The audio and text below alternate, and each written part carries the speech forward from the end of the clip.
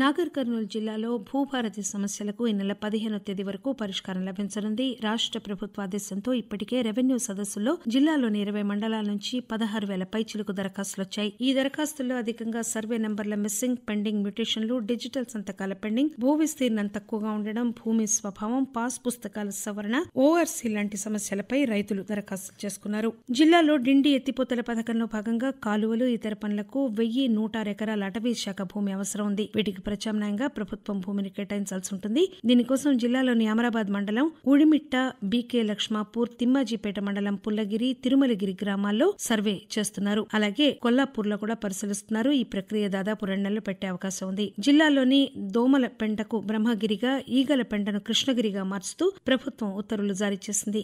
నల్లమల్లో అచ్చంపేట నియోజకవర్గం మద్దిమడుగు గ్రామం నుంచి ఆంధ్రప్రదేశ్లోని గుంటూరుకు కృష్ణానదిపై బ్రిడ్జ్ నిర్మించాలని స్థానిక ఎమ్మెల్యే డాక్టర్ వంశీకృష్ణ ఆంధ్రప్రదేశ్ ముఖ్యమంత్రి చంద్రబాబు నాయుడు కలిసి కోరారు. నల్లమల్లో గత నెల 1వ తేదీ నుంచి సెప్టెంబర్ 30వ తేదీ వరకు పర్యాటక విరామం ప్రకటించారు. వన్యప్రాణుల సంతానోత్పత్తి కోసం జూలై, ఆగస్టు, సెప్టెంబర్ వరకు జంగల్ సఫారీ కూడా నిలిపివేశారు. ఇందిరమ్మ ఇళ్ల నిర్మాణం పనుల్లో వేగం పెంచేందుకు అధికారులు చర్యలు తీసుకుంటున్నారు. జిల్లాలో 11,000 మందికి పైగా లబ్దిదారులకు ఇంటి మంజూరు పత్రాలను అందజేశారు. ఇందిరమ్మ ఇళ్ల మంజూరులో నిబంధనలు ఉల్లంఘించిన 4 కార్యదర్శులను జిల్లా కలెక్టర్ సంతోష్ సస్పెండ్ చేశారు. జిల్లాలో 356 చెంచు కుటుంబాలకు గృహ నిర్మాణ శాఖ మంత్రి పొంగులేటి శ్రీనివాసరెడ్డి ఇందిరమ్మ ఇళ్ల మంజూరు పత్రాలను అందజేశారు. అర్హులైన చెంచులందరికీ ఇందిరమ్మ ఇళ్ల మంజూరుకు అధికారులు చర్యలు తీసుకుంటున్నారు. వర్షాలు భారీగా కురుస్తుండటంతో ఆరోగ్యంపై ప్రజలకు వైద్య ఆరోగ్య శాఖ అధికారులు అవగాహన కల్పిస్తున్నారు.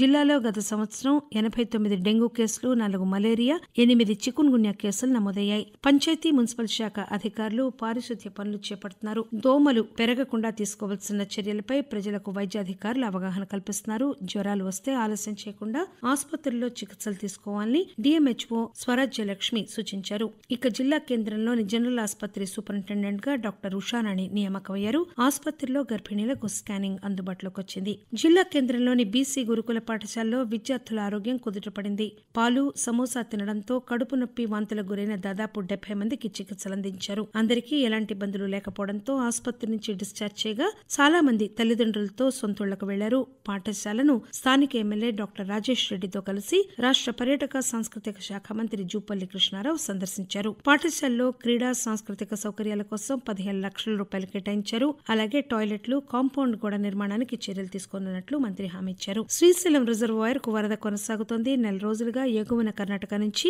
సుంకేశ్వరం నుంచి కృష్ణానదికి భారీగా ఇన్ఫ్లో వస్తోంది. ఈ వరదతో కల్వకుర్తి, పోతిరెడ్డిపాడుకు నీటినెత్తిపోయడంతో పాటు కుడి, ఎడమగట్టు జల విద్యుత్ కేంద్రాల్లో విద్యుత్ ఉత్పత్తిని నిరంతరాయంగా కొనసాగిస్తున్నారు. కొల్లాపూర్ మండలం ఎల్లూరు జలాశయం వద్ద మంత్రి కృష్ణారావు, నాగర్ కర్నూలు మండలం గుడిపల్లి జలాశయం వద్ద స్థానిక ఎంపీ మల్లు రవి, ఎమ్మెల్యేలు రాజేష్ రెడ్డి, మెగారెడ్డిలు నీటిని వదిలారు. ఇక జూలై నెలలో జిల్లాలో భారీగా వర్షాలు కురిశాయి. దీంతో కల్వకుర్తి ఎత్తిపోతల పథకం ద్వారా నీటిని విడుదల చేయడంతో జిల్లాలోని చెరువులన్నీ నిండుకుండల్లాగా మారాయి. అలాగే పత్తి, జొన్న, మొక్కజొన్న పంటలు ఏపుగా పెరుగుతున్నాయి. రైతులు వరి నాట్లలో నిమగ్నమయ్యారు. రైతులకు అవసరమైన దాదాపు 3,000 మెట్రిక్ టన్నుల యూరియా నిల్వలున్నాయి. ప్రస్తుతం కురుస్తున్న వర్షాలకు అనుగుణంగా ఎరువులు వాడాలని వ్యవసాయ శాఖ అధికారి యశ్వంతరావు సూచించారు. బాల్య వివాహాల నిర్మూలనకు ఐసీడీఎస్ శాఖ చర్యలు తీసుకుంటోంది. దీంతో ముందస్తుగా ఐసీడీఎస్ శాఖ ద్వారా బాల్య వివాహాల నియంత్రణకు కార్యాచరణ రూపొందిస్తున్నారు. ఇందులో భాగంగా ప్రతి నెల పాఠశాలలో డ్రాపౌట్లు, ఎక్కువ కాలం గైర్హాజరవుతున్న బాలికలను గుర్తించి వివరాలు సేకరిస్తారు.